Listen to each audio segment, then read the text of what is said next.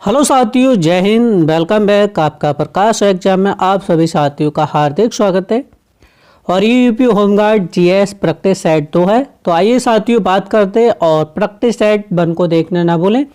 तो आइए साथियों बात करते हैं प्रश्न संख्या 1। भारत की कर्क रेखा किन राज्यों से होकर गुजरती है? तो किन राज्यों से होकर गुजरती है? आपके 8 राज्यों से होकर गुजरती है। कौन कौन से? गुजरात, राजस्थान, मध्य प्रदेश, छत्तीसगढ़, झारखंड, पश्चिम बंगाल, त्रिपुरा। तो आप ऑप्शन देख सकते हैं, कौन सा? बी करेक्ट है। कितने राज्यों से होकर गुजरती है? 8 राज्यों से होकर गुजरती है। और सबसे ज्यादा अगर लंबी रेखा है तो किसमें? आपके मध्य प्रदेश राज्य में सबसे लंबी रेखा बनाती है। और कर्क रेखा को काटने वाली एकमात्र नदी कौन सी है? माही नदी है। 2 बार काटने वाली एकमात्र नदी कौन सी है? माही नदी है आपकी।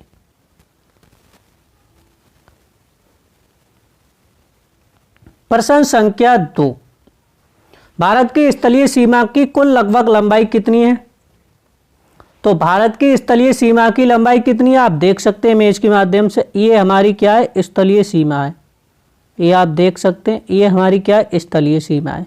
तो इसकी जो टोटल लंबाई है वो लगभग 15,200 है। कितनी है? 15,200। लगभग ऐसा माना जाता है 15,106 से लेकर 15,200 तक है। तो कुल स्थलीय सीमा की लंबाई लगभग मानी जाती है 15,200 मानी जाती है। और किस राज्य से सबसे ज़्यादा सीमा साझा करता है? तो बांग्लादेश से सबसे ज़्यादा सीमा बनाता है। कितनी? 4,096 किलोमीटर। कितनी? 4,096 किलोमीटर। नेपाल से कितनी सीमा साझा करता है? तो 1,751 किलोमीटर नेपाल से साझा करता है। और भूटान से आपकी 699 किलोमीटर सीमा साझा करता है। चीन से आपकी 3,488 किलोमीटर सीमा साझा करता है। और पाकिस्तान से आपकी 3,323 किलोमीटर सीमा साझा करता है। और पाकिस्तान आपके अफगानिस्तान से 106 किलोमीटर साझा करता है, वो भी आपके किससे? जम्मू कश्मीर से। तो बात आ गई समझ में? कोई दिक्कत? प्रश्न संख्या 3। भारत की मुख्य भूमि की तटीय सीमा की लंबाई लगभग कितनी है? तो हमसे किसकी पूछ रहा है? तटीय सीमा की लंबाई पूछ रहा है। किसकी बात कर रहा है? तट की। तो कितनी? ऑप्शन 20 ठीक है। समुद्र तट की बात कर रहा है। किसकी बात कर रहा है? भूमि की तटीय सीमा की लंबाई कितनी है? तट मतलब होता है समुद्र, मतलब पानी से घिरा हुआ। तो कितनी है? 7,516.6 किलोमीटर है। ये थी पुराने आंकड़ों के 1970 के आंकड़ों के अनुसार नापी गई थी। लेकिन अब ये बढ़कर कितनी हो गई है? सन 2023-24 में नए आंकड़ों के अनुसार नापी गई है। तो कितनी हो गई है? 11,098 किलोमीटर हो गई है। पहले हम सक्रिय कंक्रीट वगैरह नहीं नापते थे, ऐसे करके सीधा नापते थे। लेकिन अब ये सक्रिय वगैरह सब नापी है, पूरा नापा गया है। तो कितनी बैठी है? 11,098 किलोमीटर बैठी है। और सबसे 53 साल बाद तट रेखा की लंबाई में लगभग 47.6% की क्या हुई है? बढ़ोतरी हुई है। क्या हुई है?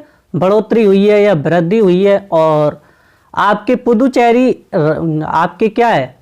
केंद्र शासित प्रदेश है, वहाँ लगभग 10% क्या सिकुड़ा है? क्या हुई है? कमी हुई है आपके।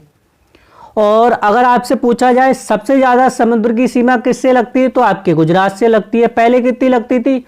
1,214 किलोमीटर। अब नहीं बढ़कर कितनी हो गई है? तो 2,340 किलोमीटर हो गई है। सबसे लंबी 3 तटीय सीमा लगने वाले राज्य कौन से हैं? तो पहले कौन आता था? आपके गुजरात, आंध्र प्रदेश, तमिलनाडु आता था। उसके बाद क्या आता था? महाराष्ट्र आता था। लेकिन अब नए आंकड़ों के अनुसार कितनी है? तो भैया पहले तमिलनाडु, आपके गुजरात पहले नंबर पर ही है, लेकिन दूसरे नंबर पर आंध्र प्रदेश की जगह क्या आ गया? तमिलनाडु आ गया। क्या आ गया? तमिलनाडु आ गया। पहले कितनी थी उसकी लंबाई? तो 906 किलोमीटर थी, अब बढ़कर 1,068 किलोमीटर हो गई। कितनी हो गई? 1,068 किलोमीटर हो गई। और बंगाल की लंबाई में किलोमीटर में क्या हुई है, बढ़ोतरी हुई है। पहले क्या थी, 157 किलोमीटर दूरी सीमा बनाता था, लेकिन अब कितनी बढ़कर हो गई है आपकी, 721 किलोमीटर तटीय रेखा की लंबाई हो गई है। और सबसे छोटी तटीय सीमा वाला राज्य कौन सा है, तो गोवा है। कौन सा है, गोवा है। अब बात करते हैं प्रश्न संख्या 4। भारत की कुल स्थलीय, हमसे पूछ रहा है जमीन वाली, इसकी बात कर रहा है, जमीन वाली की, ये वाली बात कर रहा है, इसकी बात कर रहा है। फिर कह रहा है तटीय, और इसकी बात कर रहा है, ये वाला पूरी इधर की। टोटल कितनी लंबाई, टोटल कितनी लंबाई कितनी है, मतलब कितनी लंबाई है दोनों की मिलाकर। तो भैया ये है आपकी 22,176 किलोमीटर है। कितनी, 22,176 किलोमीटर 600 है। लेकिन नए आंकड़ों के अनुसार कितनी हो गई है, 26,298 किलोमीटर हो गई है। अब बढ़कर कितनी हो गई है, 26,298.8 मीटर हो गई है। तो आपका ऑप्शन सी करेक्ट है, नए आंकड़ों के अनुसार 26,298। प्रश्न संख्या 5। अंडमान निकोबार द्वीप समूह की तटीय सीमा की लंबाई कितनी है। सबसे ज्यादा सीमा का आगे तक किसी राज्य केंद्र शासित प्रदेश की लगती है, तो वो है आपकी अंडमान निकोबार। सबसे ज्यादा सीमा साझा करता है, लगभग पहले कितना करता था, 1962, 1970 के नापी गई के अनुसार, लेकिन सन 2023-24 में नापी गई है, उसके अनुसार 3,083 किलोमीटर। कितनी, 3,083 किलोमीटर, ये नए आंकड़ों के अनुसार है। प्रश्न संख्या 6।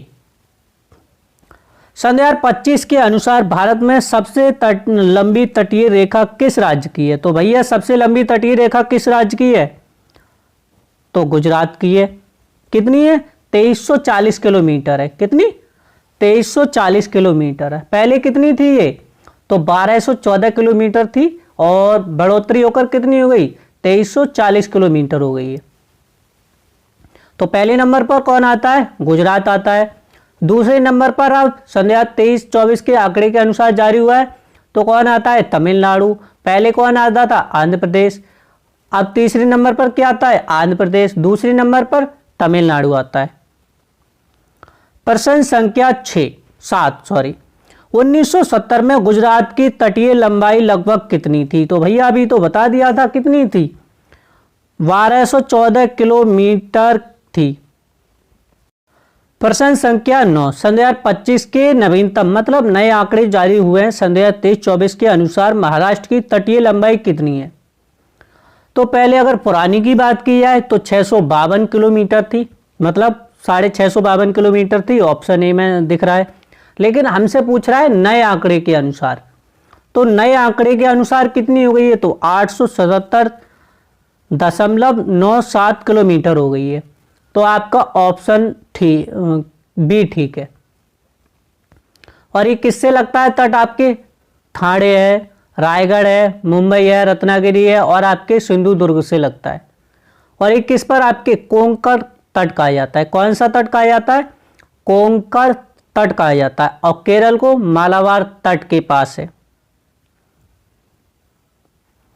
प्रश्न संख्या 9 निम्नलिखित में से किस राज्य की तटीय लंबाई सन 2025 में 1000 किलोमीटर से अधिक है।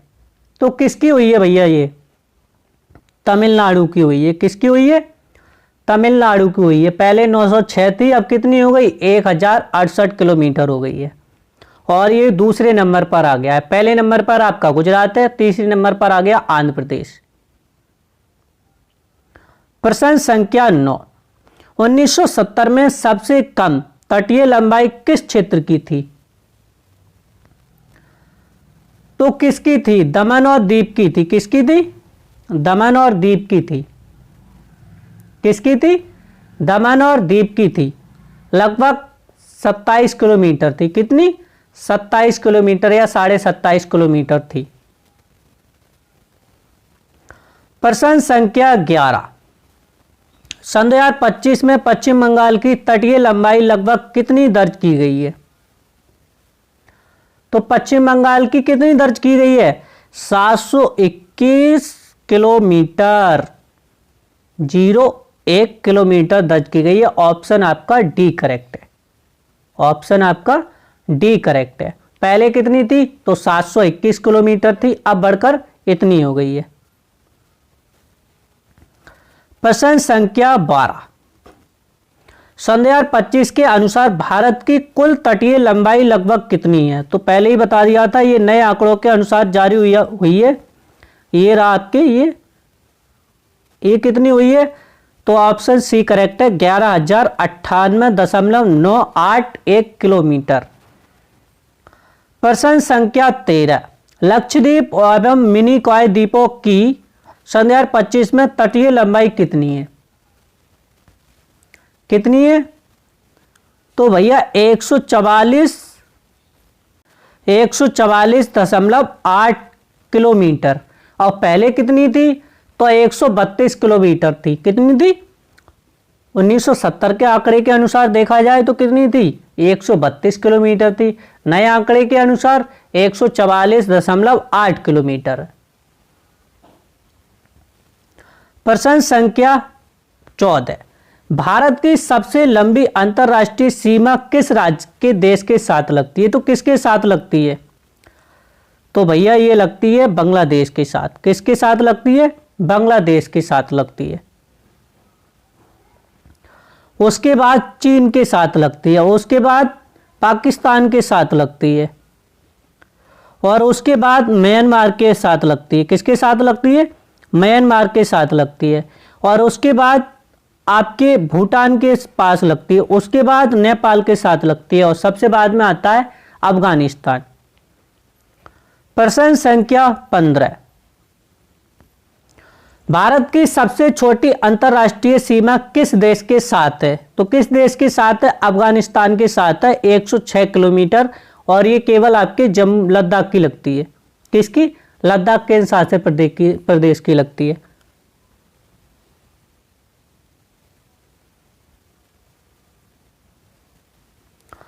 प्रश्न संख्या 16, अगर आपसे पूछा जाए राज्य की लगती थी तो पहले लद्दाख राज्य था, पहले एक ही राज्य था, जम्मू कश्मीर। तो आपके ऑप्शन में कंफ्यूजन कर सकता है। अगर केंद्र शासित प्रदेश पूछे तो आप लद्दाख लगाएंगे, और आपको अगर राज्य पूछे तो जम्मू कश्मीर लगाएंगे। प्रश्न संख्या 16, भारत में समुद्री सीमा बनाने वाले राज्यों की संख्या कितनी है? तो कितनी है? 9 राज्य। कितनी सीमा लगाते हैं? 9 राज्य लगाते हैं। आपके कौन कौन से? तो आपके गुजरात है, महाराष्ट्र है, गुजरात आ गया, महाराष्ट्र आ गया, उसके बाद गोवा आ गया, नीचे आप कर्नाटक आ गया, कर्नाटक के बाद तमिलनाडु आ गया, तमिलनाडु के बाद आपके आंध्र प्रदेश आ गया, उड़ीसा, केरल और पश्चिम बंगाल। कितने राज्यों से लगती है? 9 से। प्रश्न संख्या 17, निम्नलिखित में से कौन सा राज्य पश्चिमी तट पर स्थित है? तो पश्चिमी तट पर कौन कौन से राज्य स्थित हैं जो अरब सागर के किनारे हैं? कौन कौन से? आपके गुजरात है, महाराष्ट्र है, कर्नाटक है, गोवा है, केरल है, और तमिलनाडु का दक्षिणी भाग भी किस में स्थित है? आपके पश्चिमी राज्य पर स्थित है। तो आप देख सकते हैं ऑप्शन आपका कौन सा करेक्ट है। तो कौन सा है भैया? सी करेक्ट है, केरल। कौन सा? केरल। अगर कर्नाटक दे रखा होता तो कर्नाटक है, लेकिन तमिलनाडु अगर कोई ऑप्शन ना दे रखा हो तब हम तमिलनाडु लगा सकते हैं, क्योंकि उसका दक्षिणी भाग भी किस पर स्थित है? आपके पश्चिमी तट पर स्थित है, या पश्चिमी घाट पर स्थित है आपके। और पूर्वी घाट पर कौन कौन से आते हैं आपके?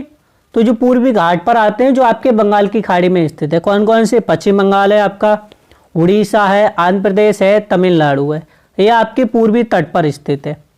अगर केंद्र शासित प्रदेश की बात की जाए तो कौन कौन से? आपके पुदुचेरी, अंडमान निकोबार द्वीप समूह, ये पूर्वी तट पर स्थित है। फिर आता है प्रश्न संख्या 18, निम्नलिखित में से कौन सा राज्य पूर्वी तट पर स्थित है आपके? तो गुजरात तो आपके पश्चिमी पर है, गोवा आपके, गोवा कहाँ स्थित है आपके? पूर्वी पश्चिमी, तो गोवा पश्चिमी पर स्थित है आपके। कर्नाटक भैया आंध्र प्रदेश नहीं है, आंध्र प्रदेश आपके पूर्वी तट पर स्थित है। तो ऑप्शन आपका डी करेक्ट है। कौन सा करेक्ट है? ऑप्शन आपका डी करेक्ट है। प्रश्न संख्या 19, भारत के पूर्वी तट पर स्थित राज्यों की सीमा कितनी है? संख्या कितनी है? सॉरी, कितनी संख्या है? तो 4 लगते हैं या सीमा साझा करते हैं। कौन कौन से आपके? पश्चिम बंगाल, उड़ीसा, आंध्र प्रदेश, तमिलनाडु। और आपसे अगर केंद्र प्रदेश की बात की जाए तो पुडुचेरी और अंडमान निकोबार द्वीप समूह, ये भी आपके पूर्वी तट पर सीमा साझा करते हैं। आप देख सकते हैं इमेज के माध्यम से कौन कौन से आपके, ये देख सकते हैं तमिलनाडु, आंध्र प्रदेश, उड़ीसा और वेस्ट बंगाल। और पश्चिमी तट पर आपकी केरल, कुछ भाग आता है, किसका आ जाता है? तमिलनाडु का आ जाता है दक्षिणी भाग। कर्नाटक, गोवा, महाराष्ट्र, गुजरात, ये आपके पश्चिमी तट पर स्थित है। प्रश्न संख्या 20 या क्वेश्चन नंबर 20, निम्नलिखित में से कौन सा केंद्र शासित प्रदेश समुद्री सीमा बनाता है? दिल्ली बनाता है? बिल्कुल नहीं बनाता है। स्थलीय सीमा है। चंडीगढ़? बिल्कुल नहीं बनाता है। लद्दाख बनाता है? नहीं भैया, केवल पुडुचेरी है। कौन सा है? पुडुचेरी है। कौन सा? पुडुचेरी है। और अगर केंद्र शासित प्रदेश की बात की जाए तो आपके आता है अंडमान निकोबार द्वीप समूह, जो सबसे लंबी सीमा साझा करता है। उसके बाद आता है लक्षद्वीप, फिर आता है पुडुचेरी, फिर दादरा नगर हवेली और दमन और दीप। ये 4 राज्य क्या करते हैं? केंद्र शासित प्रदेश सीमा साझा करते हैं आपके। कितने? 4। प्रश्न संख्या 21 सॉरी, भारत में समुद्री सीमा बनाने वाले केंद्र शासित प्रदेशों की संख्या कितनी है? तो भैया कितनी है? 4 है। एक बार फिर रिवाइज कर लेते हैं कौन कौन से। अंडमान निकोबार द्वीप समूह, आप देख सकते हैं इमेज के माध्यम से, ये क्या? अंडमान निकोबार द्वीप समूह, सॉरी, ये देख सकते हैं, ये अंडमान निकोबार द्वीप समूह है। उसके बाद आता है हमारा लक्षद्वीप, ये क्या है? लक्षद्वीप है, ये लक्षद्वीप है। उसके बाद आता है हमारा पुडुचेरी, पुडुचेरी के बाद आता है हमारा दादरा और नगर हवेली और दमन और दीप। कितनी सीमा साझा करते हैं? 4 राज्य, सॉरी। प्रश्न संख्या 22, अंडमान निकोबार द्वीप समूह किस जल में स्थित है आपके? तो भैया पूर्वी तट पर है, तो किस में स्थित है आपके? बंगाल की खाड़ी में स्थित है। किस में स्थित है? बंगाल की खाड़ी में स्थित है। प्रश्न संख्या 23, निम्नलिखित में से कौन सा राज्य समुद्री सीमा नहीं बनाता है? गुजरात बनाता है? बिल्कुल बनाता है। महाराष्ट्र बनाता है। राजस्थान? भैया राजस्थान ही नहीं बनाता है। क्या कहा जाता है? थार कहा जाता है, थार मरुस्थल। लैंडलॉक कंट्री कौन है आपकी? तो भैया राजस्थान है। तो ऑप्शन सी करेक्ट है। महाराष्ट्र आपके कोंकण तट के साथ अरब सागर में सीमा साझा करता है, और केरल आपके मालाबार तट के पास है, या आपके अरब सागर से सीमा साझा करता है। और भैया राजस्थान, तो भैया लैंडलॉक कंट्री है। फिर आता है प्रश्न संख्या 24, भारत की प्रादेशिक जल सीमा कितनी है? तो भैया लैंड मतलब काम धंधा कर सकते हैं अपने, जहाँ हमारे क्या होते हैं खड़े हुए जहाज वगैरह होते हैं, 12 नॉटिकल मील, लगभग 12 नॉटिकल मील का मतलब होता है 22 किलोमीटर अंदर तक। कितनी? 22 किलोमीटर या 12 नॉटिकल मील। प्रश्न संख्या 25 सॉरी, भारत का विशिष्ट आर्थिक क्षेत्र मतलब जहां में तेल निकाल सकते हैं दूरी तक फैला हुआ है, तो कितनी दूरी तक फैला हुआ है? कितनी दूरी तक फैला हुआ है?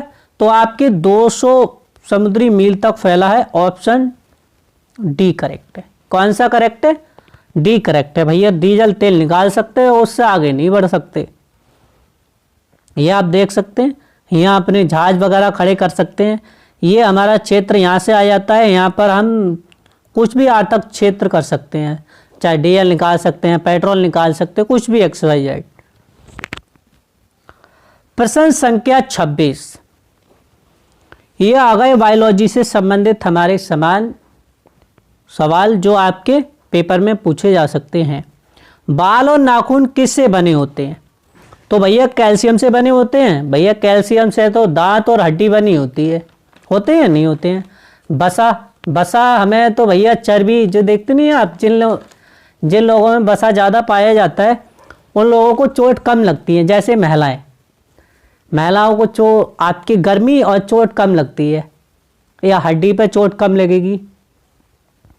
तो जो हमारे बाल और नाखून होते हैं वो किनसे बने होते हैं? तो केराटिन से बने होते हैं। किससे?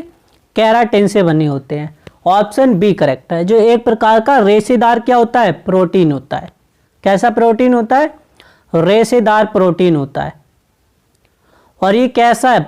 अघुलनशील पदार्थ है। कैसा? पानी में अघुलनशील पदार्थ है आपके। वसा क्या करता है? शरीर में ऊर्जा का भंडारण करता है।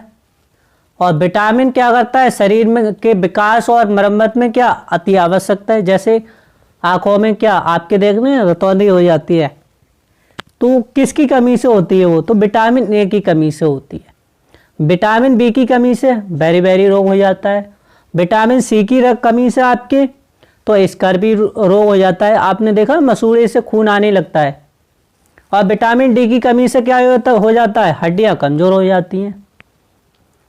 तो ये तो हो गई आपकी 4 विटामिन से संबंधित आपके सवाल जो भी आपके परीक्षा में पूछे जाते हैं, क्योंकि इसमें सामान्य विज्ञान से संबंधित होमगार्ड में सवाल पूछे जाते हैं। प्रश्न संख्या 27 लो आ गया। रतौंधी किस विटामिन की कमी से होता है? तो विटामिन ए की कमी से होता है। किसकी कमी से? ए की कमी से होता है, मतलब धुंधला दिखाई देने लगता है। प्रश्न संख्या 28, पीसा की झुकी हुई मीनार गिर नहीं जाती है। क्यों नहीं गिर जाती है भैया? क्या कारण है? गुरुत्वाकर्षण केंद्र से जाने वाली ऊर्ध्वाधर रेखा तल के अंदर रहती है। यह आपके इसका गुरुत्वाकर्षण केंद्र निम्नतम स्थिति में रहता है। भैया ना, ऑप्शन बी करेक्ट है। गुरुत्वाकर्षण केंद्र से जाने वाली ऊर्ध्वाधर रेखा तल के अंदर रहती है। तो ऑप्शन कौन सा? बी करेक्ट है। प्रश्न संख्या 29, चिड़िया के उड़ने से न्यूटन का कौन सा सिद्धांत होता है? कौन सा होता है भैया? गति का तीसरा नियम, गति का दूसरा नियम, गति का पहला नियम, गति का दूसरा तीसरा नियम। तो किसकी बात कर रहा है? ये गति के तीसरे नियम की बात कर रहा है। किसकी बात कर रहा है? गति के तीसरे नियम की बात कर रहा है। कि चिड़िया उड़ती है, क्या करती है? पंख फड़फड़ाती है, और हवा क्या करती है? आपके ऊपर की ओर धकेलती है। बंदूक की रिकॉइल आपने देखा ना, घोड़ा पीछे हटता है फिर आगे होता है। जैसे रॉकेट का उड़ना, ये भी न्यूटन की तीसरे नियम का क्या है? उदाहरण है। प्रश्न संख्या 36, जंतु विज्ञान जूलॉजी अध्ययन करता है तो किसकी करता है भैया? जीवित और मृत शरीरों की दोनों की करता है। क्योंकि हम भी किस में आते हैं? जंतु में ही आते हैं, क्योंकि हमारा भाषा विकास हो चुका है इसीलिए। जंतु विज्ञान में क्या होता है? शरीर की रचना का, व्यवहार का क्या होता है? अध्ययन होता है। मृत जंतु कौन कौन से होते हैं? हड्डी और जीवाश्म संरचना का अध्ययन होता है। तभी तो पता करते हैं कि डायनासोर इतने पुरानी कैसे थे। तो किसके द्वारा किया जाता है? ये भी जंतु विज्ञान के संबंधित आता है, मृत जंतु से आपके। बायोलॉजी में आपके सभी जीवों का अध्ययन होता है। फिर आता है जूलॉजी में आपके जंतु विज्ञान का अध्ययन होता है। बॉटनी में आपके वनस्पति विज्ञान से संबंधित है, वही आपकी पत्ती। प्रश्न संख्या 31 आप देख सकते हैं इमेज के माध्यम से। ये क्या है? जंतु है। अंगूर की खेती को क्या कहते हैं? कुछ ऐसे क्वेश्चन थे जो आपके पूछे जाते हैं। अंगूर की खेती को क्या कहते हैं? तो विटीकल्चर कहते हैं। क्या कहते हैं? विटीकल्चर कहते हैं। और फलों की खेती को क्या कहते हैं? तो पोमोलॉजी कहते हैं। और सब्जी की खेती को क्या कहते हैं? तो ऑर्लिक कल्चर बोला जाता है। और फूलों की खेती के लिए क्या कहते हैं? फ्लोरिकल्चर बोला जाता है। रेशम की खेती को क्या बोला जाता है? तो सेरीकल्चर बोला जाता है। और आपकी मधुमक्खी की पालन को क्या बोला जाता है? तो एपिकल्चर बोला जाता है। तो आपकी ये सवाल आ सकते हैं। प्रश्न संख्या 32, सब्जियों की खेती के लिए क्या बोला जाता है? तो ऑर्लिकल्चर बोला जाता है। ऑप्शन बी करेक्ट है, ये बता दिया गया आपके लिए। प्रश्न संख्या, फूलों की खेती को क्या बोला जाता है? तो फ्लोरिकल्चर बोला जाता है। अच्छा, फूलों की घाटी किसे कहा जाता है? कमेंट करके जरूर बताएं। प्रश्न संख्या 34, रेशम उत्पादन किससे संबंधित है आपके? सेरीकल्चर से रेशम के उत्पादन, जो कीट होते हैं उनसे क्या करते हैं, वो रेशम उत्पाद करते हैं और किसके? सहसूत के पेड़ पर, पत्तों पर, पत्तियों पर पाले जाते हैं। प्रश्न संख्या 35, मधुमक्खी पालन क्या कहलाता है आपके? तो एपीकल्चर कहलाता है। क्या कहलाता है? एपीकल्चर कहलाता है। प्रश्न संख्या 36, मछली पालन को क्या कहा जाता है? तो सेरीकल्चर, पिसीकल्चर, एपिकल्चर, हॉर्टिकल्चर। तो क्या कहा जाता है आपके? भैया एपिकल्चर कहा जाता है। क्या कहा जाता है? एपिकल्चर कहा जाता है। प्रश्न संख्या 37, केसर, सैफ्रॉन, ये होता है जो सैफ्रॉन का फूल होता है, उसमें से जो ऊपर जो कागज आपके फूल होता है उसको निकाल कर क्या बनाया जाता है आपके? केसर बनाया जाता है। ऐसे समझ लो चांदी क्या सोने से भी महंगा है। किससे महंगा है? चांदी से बहुत महंगा है केसर। तो ये कहाँ उगाया जाता है आपके? जम्मू कश्मीर और जम्मू कश्मीर में, अब तो लद्दाख और जम्मू कश्मीर दोनों कहा जाएगा।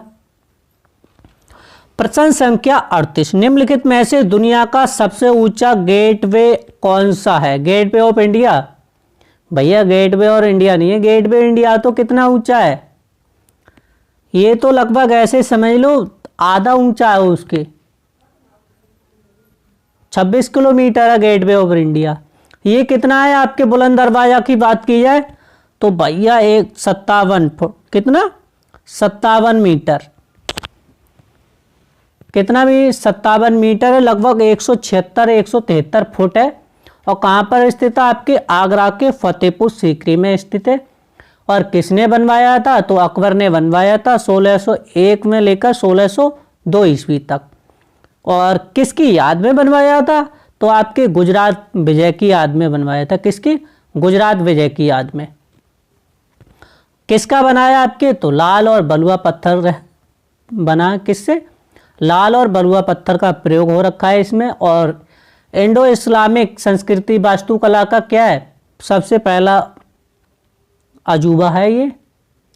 और गेटवे ऑफ इंडिया की बात की जाए तो भैया कितना है? मैंने आपको बताया था आधा है। कितना? 26 किलोमीटर है। कितना? 26 मीटर है, सॉरी किलोमीटर नहीं, मीटर में।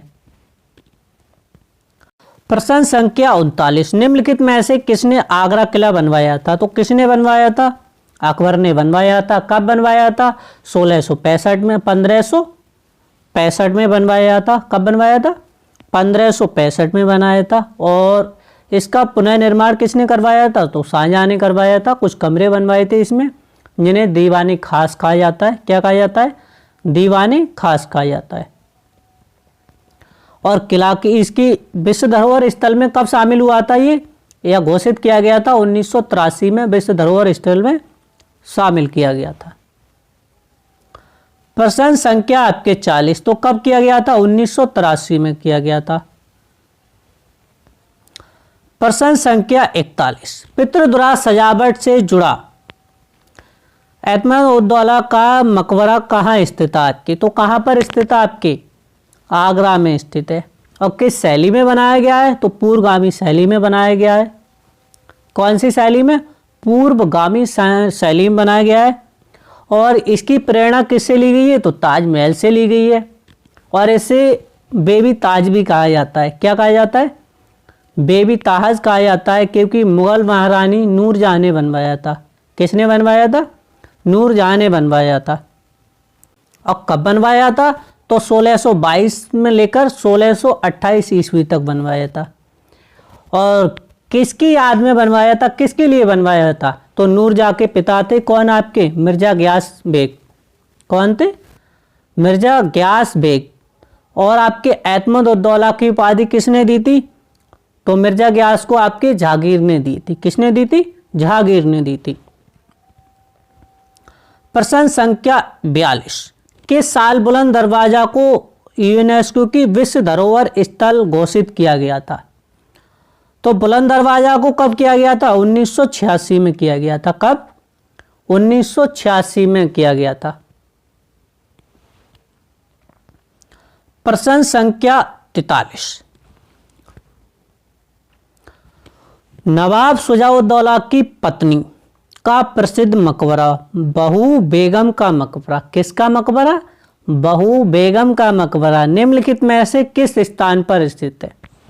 तो आपकी कहां पर स्थित है? ये फैजाबाद में स्थित है, आपके अयोध्या में।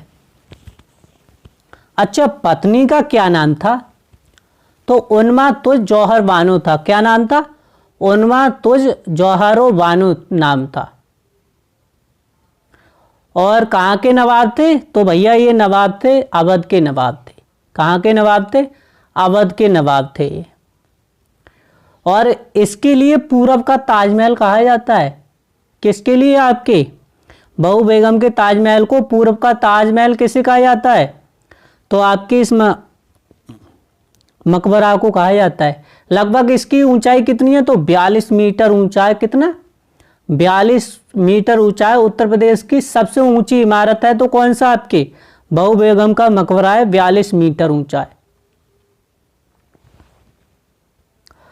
प्रश्न संख्या 44, ताजमहल को किस वर्ष यूनेस्को विश्व धरोहर स्थल घोषित किया गया था? तो कब किया गया था? आपके 1983 में किया गया था। कब किया गया था? 1983 में किया गया था। प्रश्न संख्या 45, एतमद उद्दौला का मकबरा नूरजहाँ किसकी याद में बनवाया था? तो पप्पा की याद में, पिताजी की याद में, अब्बू की याद में बनवाया था। प्रश्न संख्या 46, एतमद उद्दौला के मकबरे को अक्सर क्या कहा जाता था? तो बेबी ताज कहा जाता था। क्या कहा जाता था? बेबी ताज कहा जाता था।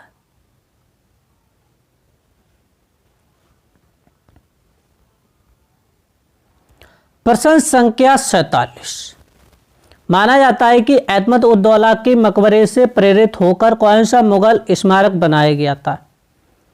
मतलब एतमद उद्दौला के मकबरे से प्रेरित होकर कौन सा मुगल स्मारक बनवाया गया था? तो कौन सा बनवाया गया था भैया? ताजमहल बनवाया गया था। कौन सा? ताजमहल बनवाया गया था। प्रश्न संख्या 48, गुलाबबाड़ी किस शासक की कब्र है? तो गुलाबबाड़ी किसकी कब्र है भैया? आसिफ उद्दौला की कब्र है। ऑप्शन ए करेक्ट है। प्रश्न संख्या 49, जोधाबाई महल किस ऐतिहासिक स्थल पर स्थित है आपके? तो जोधाबाई महल कहां पर स्थित है आपकी? फतेहपुर सीकरी में स्थित है। कहां पर? फतेहपुर सीकरी में स्थित है। यहां बहुत सारे महल बने हुए हैं आपके फतेहपुर सीकरी में। प्रश्न संख्या 50, फतेहपुर सीकरी में पंचमहल किसने बनवाया था? तो फतेहपुर सीकरी में पंचमहल भैया अकबर ने बनवाया था। किसने बनवाया था? अकबर ने बनवाया था आपके। और 5 मंजिला क्या है? वहीं पर मंडप ही है भैया। 5 मंजिला मंडप ही खुला है इसमें आपके पंचमहल में। प्रश्न संख्या 51, दशावतार मंदिर किस स्थान पर स्थित है? तो भैया ये ललितपुर के देवगढ़ में स्थित है। कहां पर? ललितपुर के देवगढ़ में स्थित है। और किसने बनवाया था? तो गुप्त वंश के द्वारा बनाया था, गुप्त शासकों के द्वारा। और ये विष्णु भगवान के लिए समर्पित है ये मंदिर। प्रश्न संख्या 52, लाल दरवाजा मस्जिद का निर्माण किसके द्वारा किया गया था? किसके द्वारा किया गया था? तो रानी बीबी राजी के द्वारा किया गया था। किसके द्वारा? रानी बीबी राजी के द्वारा किया गया था। और इसका निर्माण कब हुआ था? जो 1450 में हुआ था। और कहाँ पर बनाया गया था? तो भैया जौनपुर में कराया गया था। कहाँ पर? जौनपुर में लाल दरवाजा मस्जिद का निर्माण। प्रश्न संख्या 53, महावीर स्वामी ने उत्तर प्रदेश के किस नगर में उपदेश दिए थे? उत्तर प्रदेश के किस नगर में उपदेश दिए थे? तो आपके कौशाम्बी में दिए थे। कहाँ दिए थे? कौशाम्बी में दिए थे। प्रश्न संख्या 54, जैन मूर्ति कला का प्रमुख केंद्र उत्तर प्रदेश में कौन सा है? तो भैया कौन सा है आपके? मथुरा है। जैन मूर्ति कला का प्रमुख केंद्र कौन सा है? मथुरा है। प्रश्न संख्या 55, गौतम बुद्ध ने अपना पहला उपदेश कहाँ दिया था? तो गौतम बुद्ध ने अपना पहला उपदेश कहाँ दिया था? सारनाथ गांव में दिया था। ये आपके कहाँ पर है? बनारस के पास है। कहाँ पर? बनारस के पास स्थित है। प्रश्न संख्या 56, गौतम बुद्ध का महापरिनिर्वाण 80 वर्ष की अवस्था में आयु में हुआ था। किस स्थान पर हुआ था आपके? तो भैया कहाँ हुआ था? कुशीनगर में हुआ था। कहाँ हुआ था? कुशीनगर में हुआ था। प्रश्न संख्या 57, गौतम बुद्ध ने सर्वाधिक या सबसे अधिक वर्षावास कहाँ व्यतीत किया था या कहाँ किया था? कहाँ किया था? लगातार 20 वर्षों से। तो कहाँ किया था आपके? भैया श्रावस्ती में किया था। कहाँ पर? श्रावस्ती। प्रश्न संख्या 58, धर्म चक्र प्रवर्तन से संबंधित स्थल कौन सा है? तो धर्म चक्र प्रवर्तन से संबंधित स्थल कौन सा है आपके? सारनाथ है। कौन सा? पहला उपदेश कहाँ दिया था? सारनाथ में दिया था। कहाँ दिया था? सारनाथ में दिया था। प्रश्न संख्या अगला 59, कौशाम्बी वर्तमान में उत्तर प्रदेश के किस क्षेत्र में स्थित है? तो कहाँ पर स्थित है आपके कौशाम्बी? ये प्रयागराज में स्थित है। कहाँ स्थित है? प्रयागराज में स्थित है। और कौशाम्बी जैन धर्म और बौद्ध धर्म का क्या रहा था? प्रमुख केंद्र भी बना था। प्रश्न संख्या 60, निम्नलिखित में से गौतम बुद्ध का कौन सा चचेरा भाई या कौन से चचेरे भाई कुशीनगर में बुद्ध की मृत्यु के समय उपस्थित थे? तो कौन थे? अनिरुद्ध थे। कौन थे? अनिरुद्ध उपस्थित थे जब गौतम बुद्ध की क्या हुई थी? मृत्यु हुई थी। प्रश्न संख्या 61, उत्तर प्रदेश का सबसे बड़ा जिला क्षेत्रफल की दृष्टि से कौन सा है? तो सबसे बड़ा जिला कौन सा है? लखीमपुर खीरी है। कौन सा है? लखीमपुर खीरी है। और सबसे छोटा जिला बोला जाए तो कौन सा है? हापुड़ है। कौन सा? हापुड़ है, जिसे पंचशील नगर कहा जाता था, लेकिन उसके बाद में क्या कर दिया गया? गाजियाबाद से बनाया गया था। क्या कर दिया गया आपके? हापुड़ कर दिया गया। प्रश्न संख्या 62, उत्तर प्रदेश में गंगा नदी कहाँ से प्रवेश करती है? कहाँ से प्रवेश करती है आपके? बिजनौर में प्रवेश करती है। कहाँ से? बिजनौर से प्रवेश करती है। हरिद्वार के बाद पहला जिला पड़ता है आपके कौन सा? बिजनौर, जहाँ से गंगा प्रवेश करती है उत्तर प्रदेश में। उत्तर प्रदेश के गंगा नदी किस जिले से बाहर जाती है? तो भैया अंतिम जिला बलिया पड़ता है। और बलिया किसके लिए? शहीदों की भूमि भी कहा जाता है और अंतिम जिला भी है। प्रश्न संख्या 64, उत्तर प्रदेश की सबसे लंबी नदी कौन सी है? तो गंगा है। कितनी है? गंगा है। लगभग 2500 किलोमीटर, 2400-2500 किलोमीटर लंबी दूरी तय करती है, फिर बंगाल की खाड़ी में गिरती है जाकर।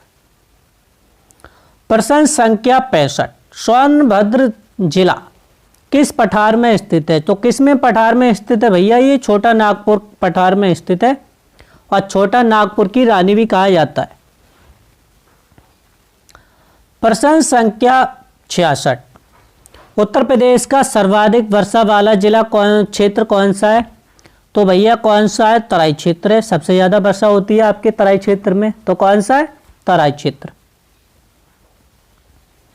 प्रश्न संख्या 67, तराई क्षेत्र किन जिलों में पाया जाता है? तो भैया लखीमपुर खीरी। कहाँ? लखीमपुर खीरी। प्रश्न संख्या 68, गंगा यमुना दोआब किसे कहते हैं? तो भैया दोनों के बीच के क्षेत्र को क्या कहते हैं? गंगा दोआब कहते हैं। तो ऑप्शन सी करेक्ट है। प्रश्न संख्या 69, उत्तर प्रदेश का सबसे ऊंचा जलप्रपात कहां पर है? तो भैया राजदरी जलप्रपात भी है और आपके दुर्गा जलप्रपात भी इससे ही सिमिलर है। आपकी परीक्षा में अगर राजदरी जलप्रपात ना देखा, दुर्गा जलप्रपात भी दे सकता है आपके पेपर में। और लखनिया दरी भी थोड़ा ही सा अंतर है, लगभग 50 मीटर का लगभग। प्रश्न संख्या 70, चंबल नदी किस राज्य से होकर उत्तर प्रदेश में आती है? तो भैया कहाँ से आती है? मध्य प्रदेश से होकर आती है। कहाँ से आती है? मध्य प्रदेश से होकर आती है। प्रश्न संख्या 71, उत्तर प्रदेश की राजधानी लखनऊ किस नदी के किनारे स्थित है? तो उत्तर प्रदेश की राजधानी कहाँ पर स्थित है? आपके गोमती नदी के किनारे स्थित है। और एकमात्र नदी है जो उत्तर प्रदेश में बहती है, वो केवल क्या है? गोमती है। प्रश्न संख्या 72, सबसे छोटा जिला कौन सा है क्षेत्रफल की दृष्टि से? तो कौन सा है? हापुड़ है। और ये नया राज्य कब बना था? सन 2011 में बना था। और लगभग सन 2013 में इसका नाम बदलकर हापुड़ कर दिया गया। उससे पहले इसका नाम था पंचशील नगर। संविधान सभा के गठन का सर्वप्रथम विचार किसने दिया था? तो एम.एन. राय ने दिया था, लगभग 1932 में। लगभग 1932 में दिया था। प्रश्न संख्या 74, संविधान सभा की पहली बैठक कब हुई थी? तो 9 दिसंबर 1946 को संविधान सभा की पहली बैठक हुई थी। प्रश्न संख्या 75, प्रश्न संख्या 75, संविधान सभा के अस्थायी अध्यक्ष कौन थे? तो डॉक्टर सच्चिदानंद सिन्हा कौन थे? अस्थायी अध्यक्ष थे।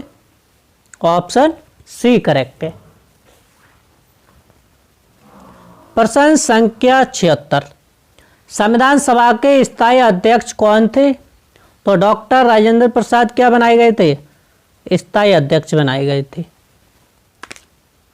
प्रश्न संख्या 77, प्रारूप समिति ड्राफ्टिंग कमेटी के अध्यक्ष कौन थे? तो डॉक्टर भीमराव अंबेडकर साहब। Doctor B R. अंबेडकर साहब। ऑप्शन सी करेक्ट है।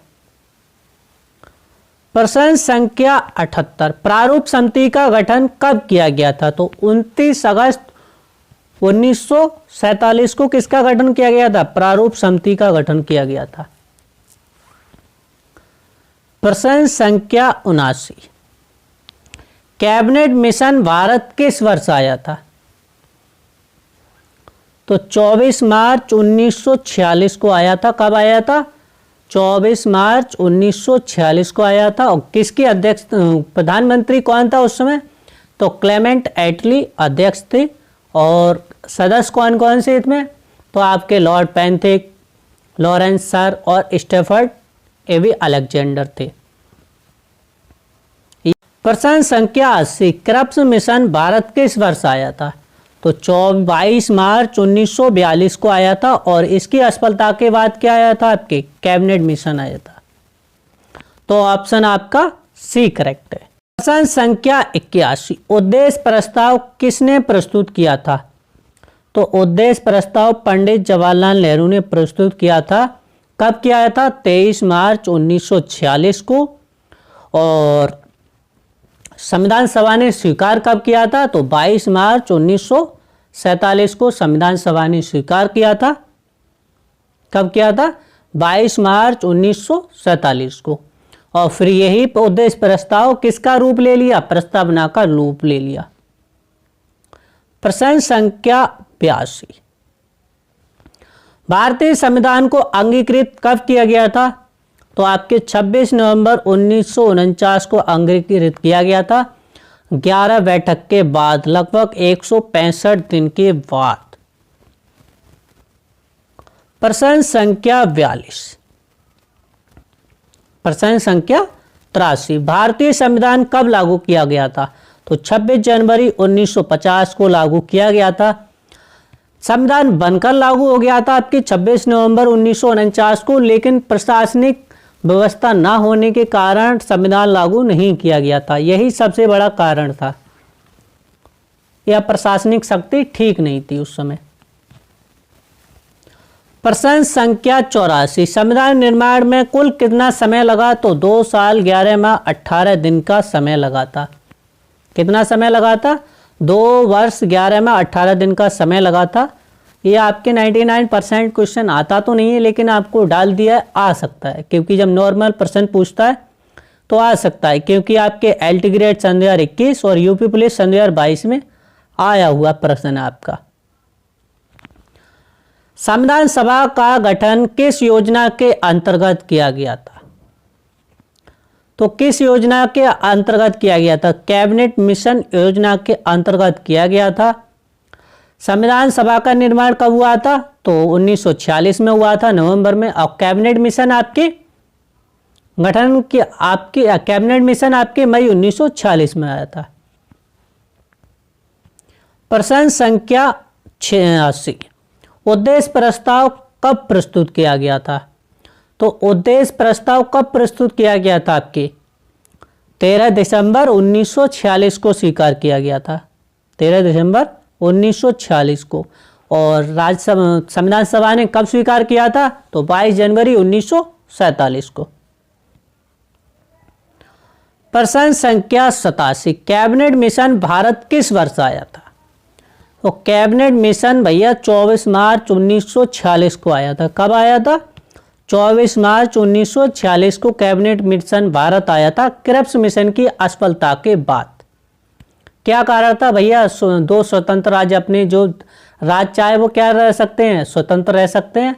और जो राज्य चाहे, जो रियासत चाहे अपनी क्या हो सकती है? आप अपने आप स्वतंत्र रह सकती है और नए राज्य का, नए देश का क्या कर सकती है? निर्माण कर सकती है। इसीलिए क्या हो गया था? क्रिप्स मिशन फेल हो गया था। कब आया था? 1942 में आया था। प्रश्न संख्या 88, संविधान सभा की कुल कितनी बैठकें हुई थी? तो 11 बैठकें हुई थी, लगभग 165 दिन। प्रश्न संख्या 89, स्वराज पार्टी ने संविधान सभा के गठन का प्रस्ताव किस वर्ष रखा? किस वर्ष रखा था? तो ये कमेंट करके जरूर बताएं किस वर्ष रखा। ये सवाल के लिए आपके लिए है।